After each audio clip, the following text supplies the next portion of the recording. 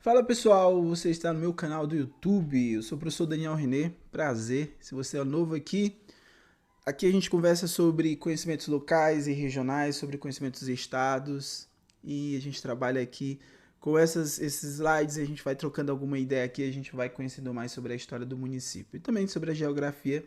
Você tem aqui uma playlist já de Tianguá com uma aula sobre aspectos geográficos do município, tá pessoal? Então vamos lá. No decorrer da aula eu vou conversando com vocês e a gente vai trocando uma ideia aqui sobre o município. Mas antes, vamos começar aqui com a origem do município. Então, falar um pouco sobre o contato entre europeus e os nativos e os indígenas da região ali de Tianguá. Então, os primeiros habitantes de Tianguá foram os indígenas Tabajaras, tá? Eles são pertencentes a um grupo e ao grupo Tupi. O espaço e tempo aqui, a gente está falando sobre Tianguá, e o tempo aqui é século XVI. Aí eu tenho um contato com os primeiros europeus, que foram os corsários franceses, liderados por Adolphe Montable, estabeleceram contato com os nativos da região. Com o apoio do Morubixaba Irapuã, também chamado de Mel Redondo, que era um líder indígena, fundaram ali a feitoria da Ibiapaba em 1590. Irapuã, líder de uma grande aldeia tabajara, né, que localizava-se ali entre os municípios, né, os atuais municípios de Viçosa do Ceará e Tianguá.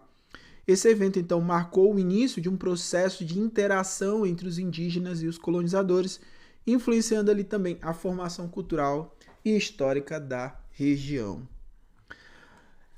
Pulamos um pouquinho o tempo, vamos para 1603, quando os portugueses organizaram uma expedição militar para retomar o controle da região da Ibiapaba, que estava sob o controle dos franceses.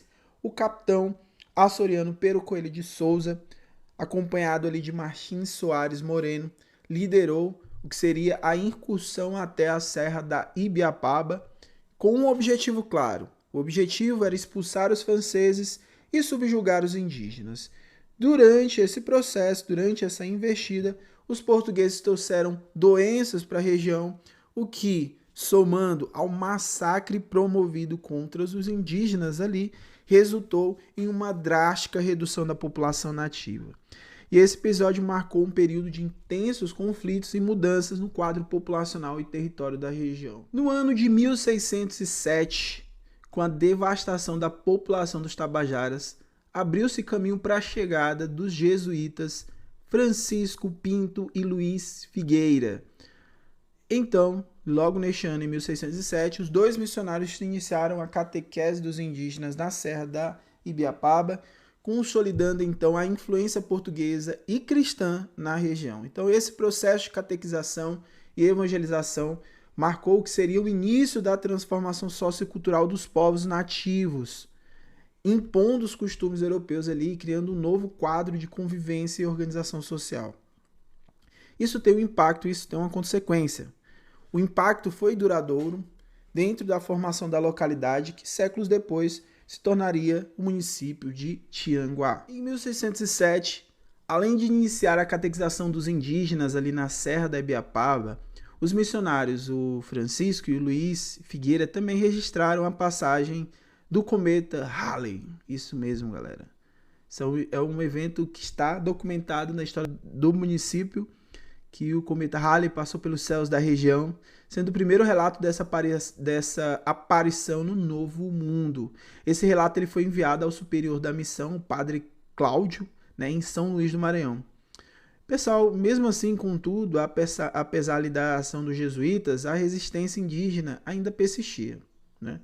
O grupo indígena Tacariju, contrário à catequização, organizou um ataque ali que resultou na morte do padre Francisco Pinto e também na expulsão dos jesuítas da Serra da Ibiapaba, interrompendo ali o que seria o processo de evangelização e o controle português até aquele momento. Se for no ano de 1607, então o ano de 1607 foi bem conturbado, teve muitas coisas, desde o cometa Halley passando, sendo avistado pelo missionário Francisco Pinto, como também a morte do próprio ali pelo grupo de indígenas Tacariju, que expulsou também os jesuítas da região. Agora vamos para o ano de 1655. O líder indígena aqui, Antônio Paraupaba trouxe cerca de 4.000 indígenas potiguaras para Ibiapaba. Ele estava nesse momento fugindo de uma perseguição portuguesa e após a expulsão dos holandeses ali na região do Nordeste brasileiro. Então, esses indígenas já haviam sido evangelizados, fundaram ali a República Cambrecive, né, uma comunidade indígena organizada e autônoma. Esse movimento foi registrado em fontes como Ouro Vermelho, né, a conquista dos índios brasileiros, e também em Abya Yala, né, em cenas de uma história indígena na América, né, que é um livro espanhol que fala sobre esse desenvolvimento e essa dinâmica indígena da região, tá? Em resposta a essa organização indígena, o governo português não ficou parado, né? Já tinha a morte ali uns jesuítas, né, aqui.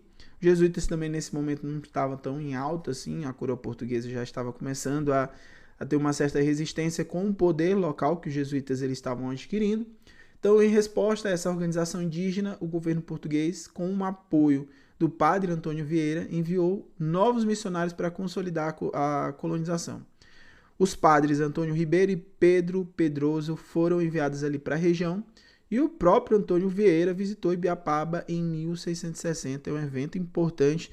Se eu fosse você, eu registrava isso, tá? Além do cometa Halley, né, que eles avistaram, temos aqui a visita do Antônio Vieira em 1660. Temos aqui a importância da área, né? Se o Antônio Vieira veio para cá é porque a área realmente era muito importante. Então, a Companhia de Jesus ali e para o catolicismo naquela época. Porém, pessoal, pouco tempo depois, em 1662, os jesuítas foram novamente expulsos após um levante dos indígenas tabajaras, que não era fácil, eles cabram aqui na resistência mesmo, tá? Então eles tinham uma resistência ali ao domínio religioso e português. A colonização definitiva da Serra da Ibiapaba só ocorreu em 1700, quando o padre Ascenso Gago fundou a aldeia da Ibiapaba, no território da atual Viçosa do Ceará. Então, temos aqui um espaço-tempo de 1655 até 1700, onde aconteceram aqui muitas evoluções e dinâmicas entre os jesuítas e os indígenas e a coroa portuguesa. Chegamos no ano de 1759, com as reformas de Marquês de Pombal, extinguiram as aldeias jesuíticas no Brasil e várias delas foram elevadas ao status de vila. E aí, nesse contexto, a aldeia de Ibiapaba foi transformada na Vila Viçosa Real da América. E aí temos também um pessoal com um território que abrangia Tianguá e outras áreas ali da Serra da Ibiapaba. Esse foi o início da ocupação formal da região, que mais tarde daria origem ali ao município de Tianguá, consolidando-se como uma das principais cidades da Ibiapaba, tá, pessoal? E olha só, se você quer mais conteúdo, se você quer questões bem formuladas, diretas, organizadas sobre o conteúdo, você pode adquirir aqui com o link na descrição deste vídeo. Você vai obter uma apostila por R$30. Esse é um investimento seguro, que você vai ter fontes, informações e um professor aqui para te orientar dentro daquilo que você precisar. A vida está corrida, não tem tempo para parar, para estudar, para levantar fontes. Eu faço isso para você, não se preocupe, tá? Então, link na descrição, você vai adentrar a um grupo, vai ter uma apostila atualizada com questões, mais de 100 questões sobre o município. Professor, tem muitas questões? Tem. Olha só, 100 questões. Imagina se não tivesse alguém organizando essas informações para vocês. Olha só, organizando são 100 questões. Então eu deixei tudo isso já arrumadinho para você, tá bom? E lá perto lá do concurso, sempre eu faço revisões e eu coloco no grupo para que você possa pegar ali o que é mais importante, ou talvez umas informações que são mais internas assim do município, eu consigo levantar até o dia da prova e te ajudar nesse momento. Então, vem fazer parte dos meus alunos, já é um grupo, já temos muita gente, tá, pessoal? Então, já tem uma galera que está se preparando com o melhor material para concursos em relação a conhecimentos locais. Então, vem conosco, link na descrição, não perca tempo, tá, pessoal? Vamos juntos! Chegamos em 1854. Sim, pessoal, estamos chegando aí, estamos caminhando aqui na história, a gente vai entendendo. O que é que você vai ver em 1854? Primeiro, início da colonização das terras que originariam Tianguá com a primeira lei de terras. A colonização das terras que originaram o perímetro urbano de Tianguá teve início em 1854 com base na primeira lei de terras do Brasil, lei de número 601 de 18 de setembro de 1850. Se você faz muito tempo que não teve aula de história do Segundo Reinado, lembra que a lei de terras foi o momento onde foi o pontapé inicial para os latifundiários, né, os grandes proprietários de terras, porque estabelecer ali que ninguém poderia ter terras por doação, você deveria comprar essas terras. Então, quem tinha dinheiro comprou muitas terras, quem não tinha dinheiro tinha que viver de favor. Então, no contexto dessa legislação, o capitão português João Batista Leal, atuando como fiscal das terras devolutas, né, pela Câmara de Viçosa do Ceará, registrou, presta atenção, em seu nome uma extensa área na Serra da Ibiapaba. Aqui até acaba se interligando com uma aula que eu tenho aqui sobre o litígio, né? Eu estou fazendo várias atualizações sobre o litígio entre o Ceará, o Piauí e o Ceará, sobre aquelas terras da Ibiapaba. Então aqui, olha só, vai se conectando. O João Batista, que não é bobo nem nada, ele registrou ali em seu nome uma extensa área na Serra da Ibiapaba chamada Sítio Chapadinha. E esse registro marcou um ponto importante ali na ocupação oficial da região, sendo o início do processo de crescimento de Tianguá. E aí, a partir da posse, começaram ali as primeiras atividades agrícolas e pecuárias. E é óbvio que essas atividades agrícolas e pecuárias impulsionaram o desenvolvimento local e logo foi atraindo moradores. A galera falou, opa, vou morar naquela região, vamos morar naquela região. E aí começou a ter um núcleo urbano que viria a se tornar o município de Tianguá. Após a posse do sítio Chapadinha pelo João Batista Leal, isso em 1854, a região ela começou a ser povoada por diversas famílias e ali foi estabelecendo o primeiro núcleo de moradores no povoado de Barrocão. Entre os pioneiros que se destacaram nesse processo de colonização, e aqui, se você é uma dessas famílias, queria que você deixasse aqui nos comentários, até para deixar também essa aula um pouco mais íntima com vocês para eu entender, tá? Galera do município, se tem algum conhecimento sobre alguma dessas famílias, coloca nos comentários. Se tem alguma história, uma curiosidade, seria interessante até mesmo para que a aula ficasse um pouco mais dinâmica. Então deixem nos comentários aí as informações sobre a história do município, tá? Manuel Batista Leal, Francisco Batista Leal, Manuel Nogueira da Costa, Francisco Ferreira Lima, Joaquim Frederico Quiape da Costa Rubim. Esse aqui, ele é herói da Guerra do Paraguai e pai do almirante Rubim. Então, a chegada de novos moradores ali foi impulsionada pela expansão das atividades agropecuárias e pelo crescimento do povoado. Em 1878, durante a Grande Seca de 1877-79, gente, é muito importante, esse é um dos eventos mais marcantes na história nordestina, é a Grande Seca de 77 e 79. O coronel Manuel Francisco Aguiar, pai do Monsenhor Agislau de Aguiar, se mudou para Tianguá, consolidando ainda mais o desenvolvimento do núcleo urbano. Esses são os pioneiros que desempenharam, né, os moradores que desempenharam ali um papel crucial na formação de Tianguá, que contribuíram ali para a estruturação social, econômica e política da futura cidade, né? Então, esses pioneiros aqui eles vão dar a dinâmica da política do local. Vamos focar aqui na evolução política administrativa de Tianguá. Início com a criação do distrito de Paz, da povoação de Barrocão, que na época pertencia ali ao município de Viçosa, no Ceará. A resolução era de número 1280, que foi sancionada em 28 de setembro de 1869. Estabeleceu oficialmente o distrito. Tá? Teve um decreto também que foi assinado pelo desembargador João Antônio de Araújo Freitas Henriques, que era presidente da província do Ceará. Os limites do novo distrito foram definidos, né, entre os riachos Guatiguaba e Itapera acima, abrangendo ali uma área estratégica da região.